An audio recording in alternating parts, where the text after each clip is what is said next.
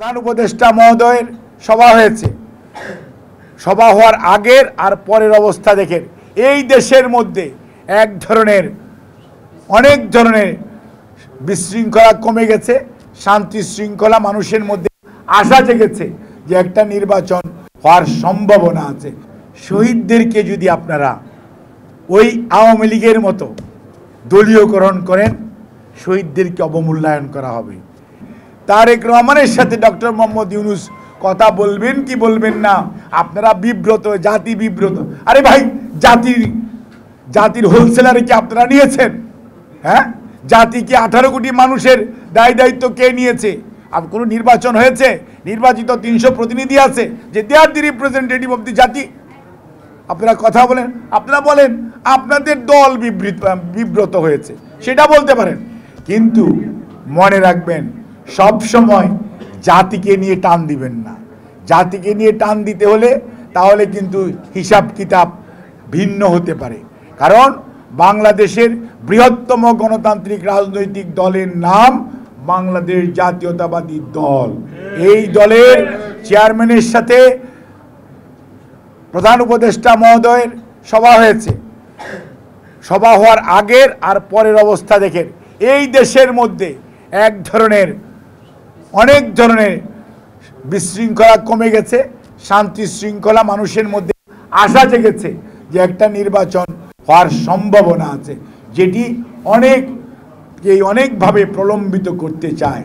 আমরা স্পষ্ট ভাষায় বলে দিতে চাই, নির্বাচন এর ব্যাপারে যত আমাদের নেতা বলেছিলেন ডিসেম্বরে, তার পরবর্তীতে শুনলাম ফেব্রুয়ারিতে। কাজেই আমাদের বক্তব্য হচ্ছে দ্রুততম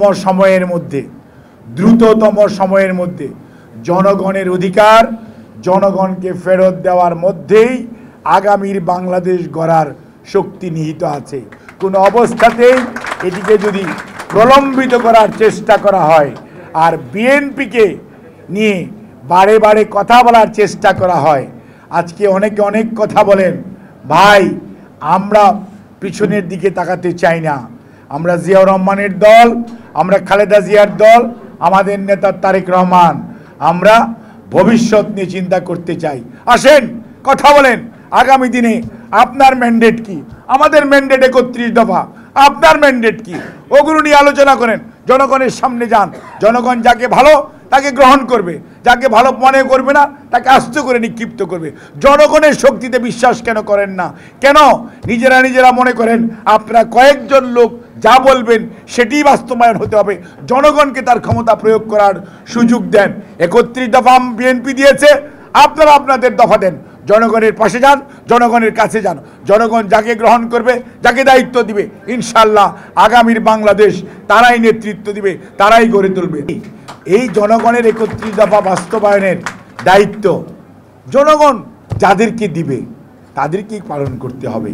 জনগণের উপর আস্থা রাখতে হবে। আজকে অনেক কথা বলছেন,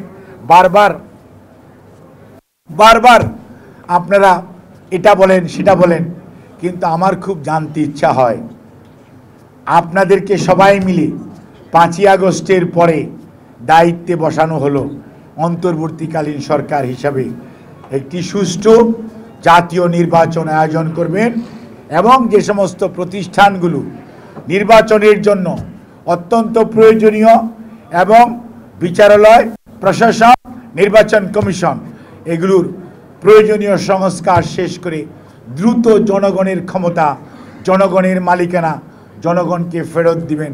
জনগণ তার ইচ্ছার অভিপ্রায় সেটা ঘটাবে তার ভোটাধিকার প্রয়োগ করার মাধ্যমে। বারবার বলা হচ্ছে 5ই আগস্ট থেকে 8ই আগস্ট আপনারা ক্ষমতা নিয়ে আপনাদেরকে দায়িত্ব দেওয়া হয়েছে।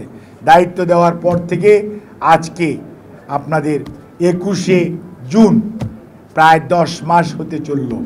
এই অবস্থার মধ্যে কয়েকদিন পরে বর্ষপূর্তি হবে। এই অবস্থার মধ্যে দাঁড়িয়ে আমাদের তো জানতে ইচ্ছা হয়, আজকে আপনারা আবু সাঈদ মুগ্ধ অথবা ওয়াসিমের কথা বলেন, কিন্তু আমাদের সকল শহীদদের কথাই আমাদের বারবার বলতে হবে। কিন্তু শহীদদেরকে যদি আপনারা ওই আওয়ামী লীগের মতো দলীয়করণ করেন, শহীদদেরকে অবমূল্যায়ন করা হবে।